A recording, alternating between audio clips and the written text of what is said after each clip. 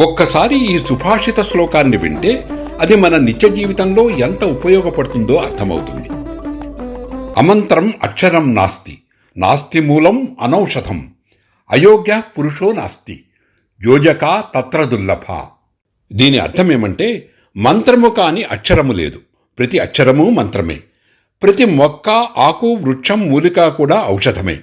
అయోగ్యుడు కాని మనిషి లేడు.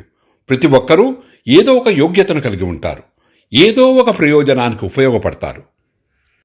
అయితే ఏ అక్షరాన్ని ఏ మంత్రంగా వాడాలో తెలిసినవాడు, ఏ మూలికను ఏ అనారోగ్యానికి ఔషధంగా వాడాలో తెలిసినవాడు, యోగ్యతను బట్టి ఏ వ్యక్తికి ఏ పని అప్పగించాలో తెలిసినవాడు యోజకుడు. అటువంటి వ్యక్తి దొరకడం మాత్రం చాలా కష్టం. అంటే అటువంటి యోజకత్వాన్ని పెంపొందించుకోమని దీని అంతరార్థం.